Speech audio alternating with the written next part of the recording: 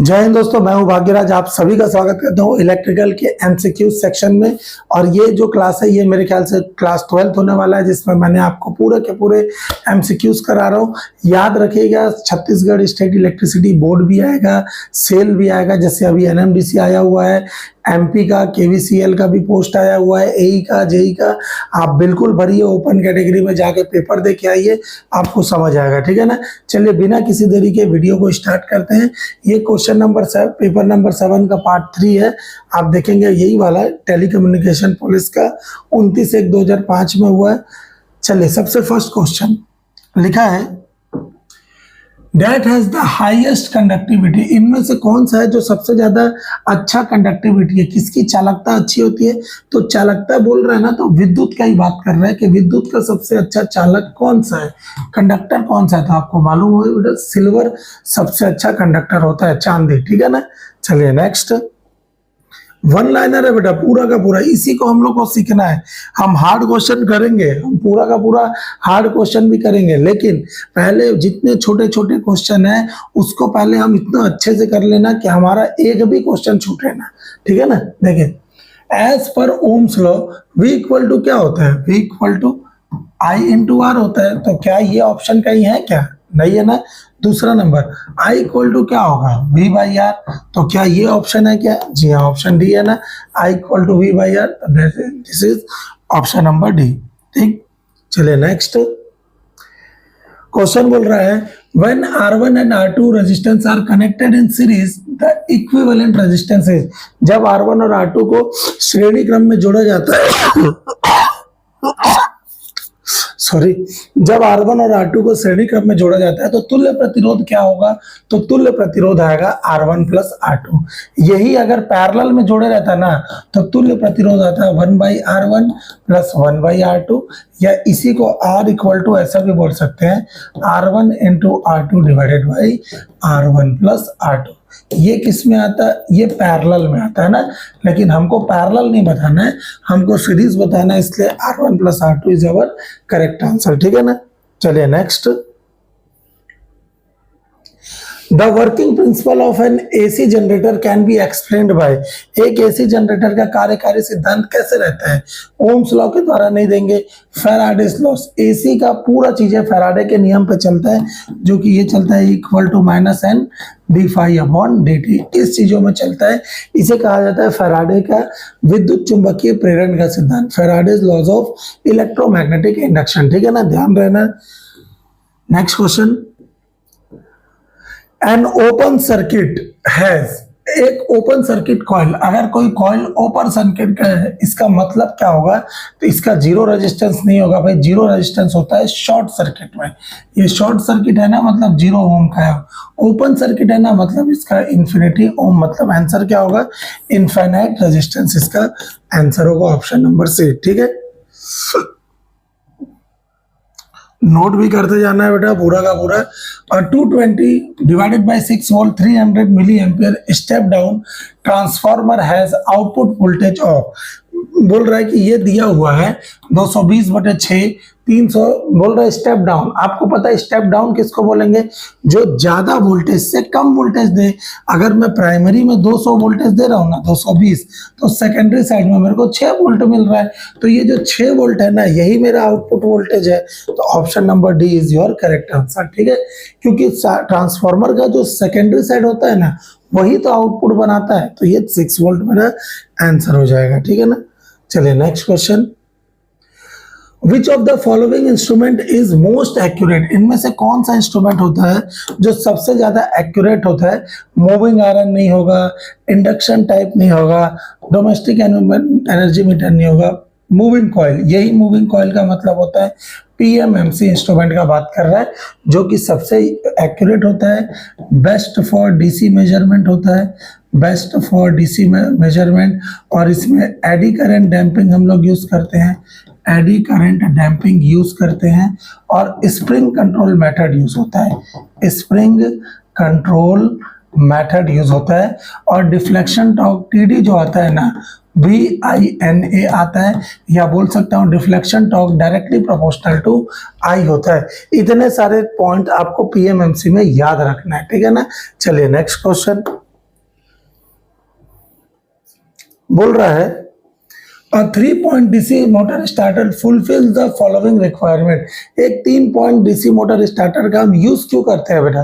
तो मैंने आपको कल ही के वीडियो में बताया था कि स्टार्टर केवल और केवल उसका यही काम होता है कि स्टार्टिंग करंट को लिमिट करना और मोटर को फॉल्ट करंट या फिर हैवी करंट से प्रोटेक्ट करना, ठीक है ना। तो कहीं ऑप्शन दिया है क्या? इंक्रीज टॉर्क, ये नहीं होगा। रिलीजिंग मोटर स्पीड नहीं होगा। Does not reduce current but protect from over current, नहीं ये भी नहीं होगा भाई। लिमिट करंट, लिमिट करंट का मतलब होता है limit starting current and protect the motor. Option number D सबसे मोस्ट सुटेबल लग रहा है, ठीक है ना। तो ये आंसर हो जाएगा। नेक्स्ट है Which of the following capacitor can have the highest capacitor value? इनमें से कौन सा कैपेसिटर है जिसका वैल्यू सबसे हाईएस्ट होता है? तो हाईएस्ट कौन सा होगा? हमेशा इलेक्ट्रोलाइट कैपेसिटर जो होता है ना सबसे हाई वैल्यू को शो करता है। क्लियर है? चलिए next.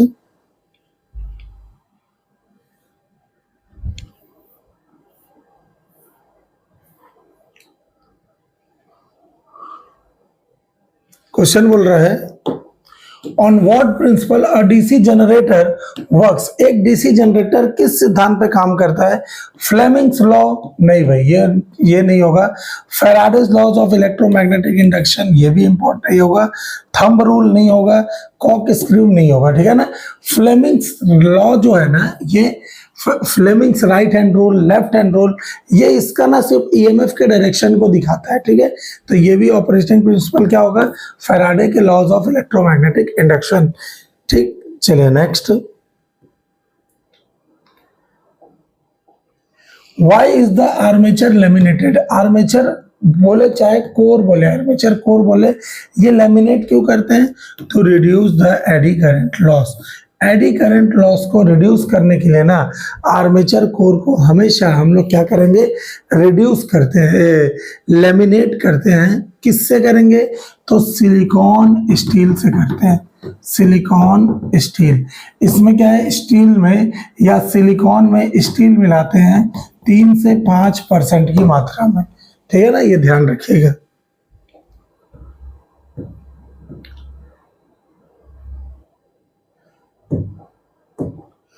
The total load in the circuit should not exceed more than, एक जो total load in the circuit should not, मतलब बोल रहा है कि घर में अगर कुल लोड लगा है ना तो उसका लोड का मैक्सिमम वैल्यू कितना होगा? तो आपको पता होगा कि किसी भी जगह पे अगर कुछ नहीं बोला है तो हमेशा डोमेस्टिक मान के चलना है।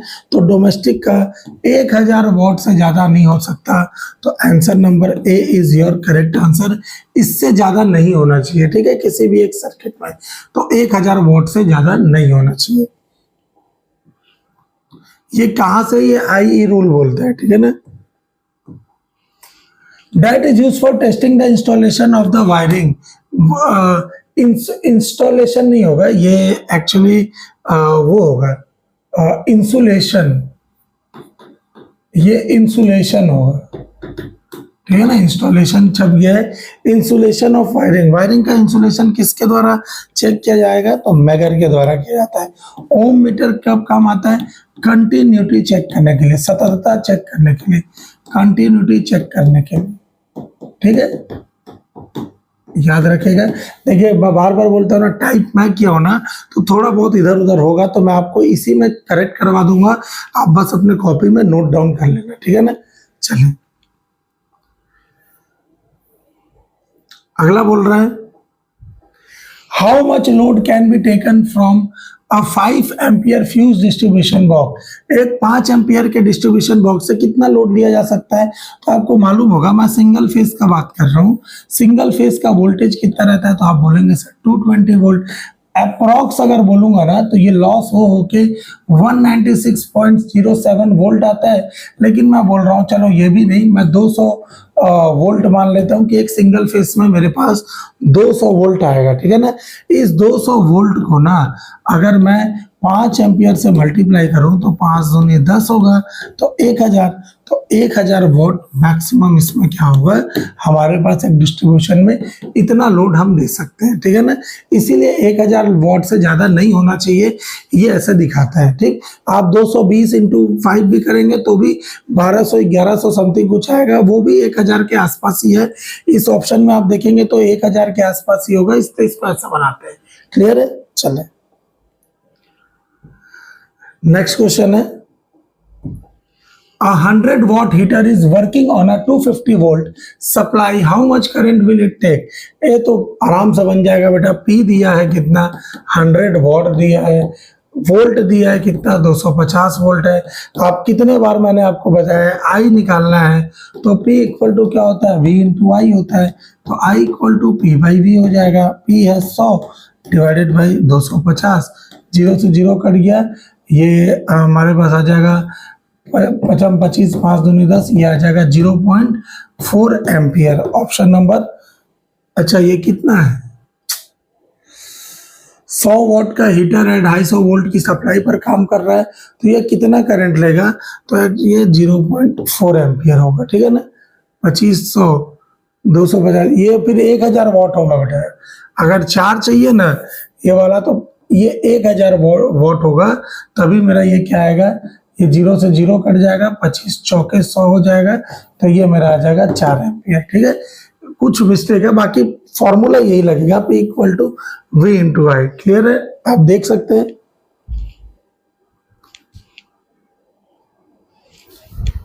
चलिए नेक्स्ट,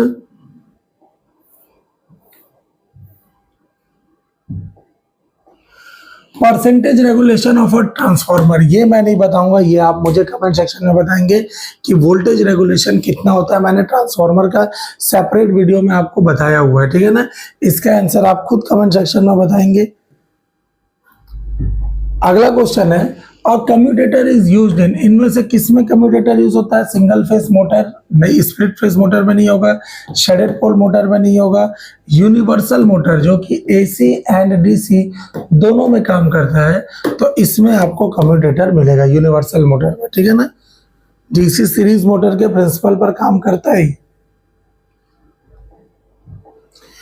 और battery is a source of, एक बैटरी क्या होता है बेटा, बैटरी हमेशा DC वोल्टेज होता है, battery is a source of always DC, हमेशा DC वोल्टेज को ही बैटरी में लिया जाता है, ठीक है ना। AC नहीं हो सकता है, क्योंकि AC को हम स्टोर ही नहीं कर सकते। अगला बोल रहा है, और cell which can be recharge is known as, एक सेल जिसको मैं बार बार रिचार्ज कर सकता हूँ, कौन सा सेल होता है, तो आप बताएंगे हमेशा क्या होगा, सेकेंडरी सेल जो रहता है ना, इसको रिचार्ज कर सकते हैं। प्राइमरी सेल एक बार यूज हुआ ना, तो फिर उसको यूज नहीं कर सकते, जैसे जो घड़ी में छोटा छोटा सेल लगता है वही होता है प्राइमरी सेल, ठीक है। अगला क्वेश्चन है, electrical energy is converted into chemical energy in a secondary cell during कब होगा, एक इलेक्ट्रिकल एनर्जी केमिकल एनर्जी में कब बदलेगा सेल में, जब उसको मैं चार्ज पे लगाता हूं, तो during charging, option number A is your correct answer, ठीक है। अगला क्वेश्चन बोल रहा है, in MI instrument the deflecting torque is proportional to, MI instrument का आपको मैं बोला हूं डिफ्लेक्टिंग टॉर्क, जैसे मैं यहां पर बोला PMMC का डिफ्लेक्टिंग टॉर्क, MI इंस्ट्रूमेंट का, और डिफ्लेक्टिंग टॉर्क EMMC का। एकदम इसको जवान से याद कर लीजिए बेटा, BINA यहाँ होगा I²/2 DL upon D theta, और यहाँ होगा I² DM/d थीटा। तो इस जगह पे आप देखेंगे MI इंस्ट्रूमेंट का जो डिफ्लेक्टिंग टॉर्क है ना, I² के प्रोपोर्शनल होता है, तो I2 लिखा है ना, ये एक्चुअली I², ठीक है ना। ऑप्शन नंबर बी, ये V2 जो है ना, ये V² है, ठीक है। तो option number B is your correct answer. Next question बोल रहा है, the internal resistance of an ammeter is, एक एमीटर का इंटरनल रेजिस्टेंस क्या होता है, देखिए एक करंट सोर्स होगा, करंट सोर्स रहता है, और एक एमीटर होता है, ठीक है ना। दोनों में फर्क है बेटा, करंट सोर्स का इंटरनल रेजिस्टेंस अगर मैं बोलूं तो इनफाइनाइट होता है। कौन सा? एक आइडियल करंट सोर्स का मैं बात कर रहा हूं। लेकिन एमीटर का जो इंटरनल रेजिस्टेंस होता है ना, वेरी लो होता है, बहुत ही लो। ठीक है, ये एमीटर प्रैक्टिकल में आ जाता है तो इसका इंटरनल रेजिस्टेंस बहुत लो होता है। ठीक है, वेरी लो। वोल्ट मीटर बोलता है तो वोल्ट मीटर का हाई होता है, वोल्ट मीटर का हाई होता है। ठीक है,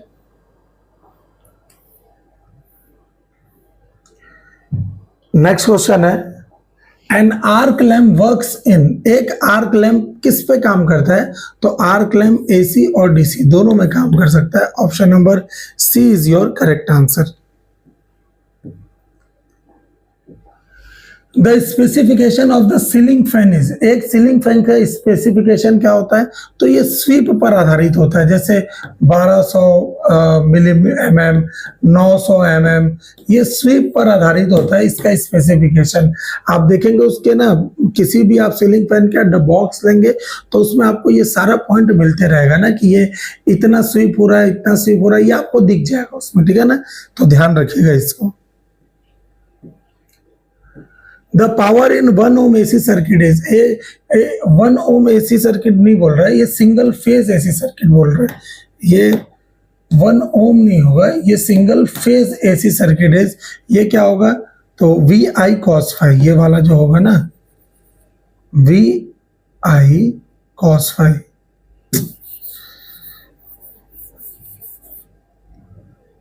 1 ohm AC सर्किट में पावर, अच्छा 1 ohm AC सर्किट में पावर बोल रहा है, सॉरी। ठीक है ना, 1 ohm AC सर्किट में पावर क्या होगा? VI cos phi। AC circuit का बात कर रहा है तो ये कहीं पे अगर आपको दिखेगा तो मिल जाएगा। ठीक है, ये इसको अभी थोड़ा सा आप रोक दीजिए, कहीं पे अगर ये ऑप्शन होगा तो मार देना। ठीक है ना, अभी आप इस ऑप्शन को ध्यान मत दीजिए, मेरे से ही लग रहा है कुछ गड़बड़ हो गया होगा। ठीक है, तो मैं उससे क्षमा चाहता हूं कि ये मैं ऑप्शन को चेक कर लूंगा कि कौन सा होगा। मेरे ख्याल से यही ऑप्शन ऐसा दिख रहा है, जल्दबाजी में मुझसे ही गड़बड़ हो गया होगा। ठीक है, तो मैं सुधार लूंगा इसको ना। चलिए next, the rating of a transformer is. एक ट्रांसफॉर्मर की रेटिंग क्या होती है? हमेशा केवीए में होती है ना, किलोवाट मोटर का होता है, केवीएआर रिएक्टिव का होता है, और वोल्टेज का तो रहेगा ही वोल्ट। फिर बोल रहा है the power consumption of a 4 feet tube light is. एक 4 फीट की ट्यूब लाइट की बिजली की खपत कितनी होती है? तो 40 वाट रहेगा। 4 फीट जो आप देखिए उसका एनर्जी कितना रहेगा? 40 वाट रहता है। सोडियम वेपर लैंप में भरी जाने वाली गैस कौन सी है? तो सोडियम वेपर लैंप में भरी जाने वाली गैस होती है आर्गन। ठीक, ध्यान रखिएगा। Which is the best conductor. इनमें से सबसे अच्छा कंडक्टर कौन है? सिल्वर। फिर से ऊपर वाला ही क्वेश्चन रिपीट कर दिया है। ठीक है ना, सबसे अच्छा कंडक्टर कौन सा है? सिल्वर होगा। ठीक, तो ये लास्ट क्वेश्चन था। आई होप आपको क्वेश्चन पसंद आ रहा होगा। ये है इसका QR कोड, मैं आपको दे देता हूं। आप इसको स्कैन करेंगे ना तो आपको आज का सारा PDF मिल जाएगा। इसको आप ले लीजिए अच्छे से, और कुछ भी डाउट रहता है तो मुझसे कमेंट सेक्शन में जरूर पूछिएगा। और ये जो मैं टाइप करता हूँ ना, उसमें अगर थोड़ा गलतियां होती है तो उसके लिए जज मत करें बेटा, क्योंकि मैं आपको बेस्ट चीजें प्रोवाइड करने का कोशिश कर रहा हूँ। अगर आपको ठीक नहीं लगे तो उस क्वेश्चन को आप स्किप करके बाकी के क्वेश्चन को आप ले सकते हैं। ठीक है ना, ये है वो QR कोड, आप इसको स्कैन करिए, आपको आज सारे लेक्चर मिल जाएंगे। ठीक, ऐसे ही मेरी वीडियो को सपोर्ट करिए, अपने दोस्तों में शेयर करिए, और जो भी डाउट रहता है मुझसे कमेंट सेक्शन में पूछिए। Thank you so much. जय हिंद।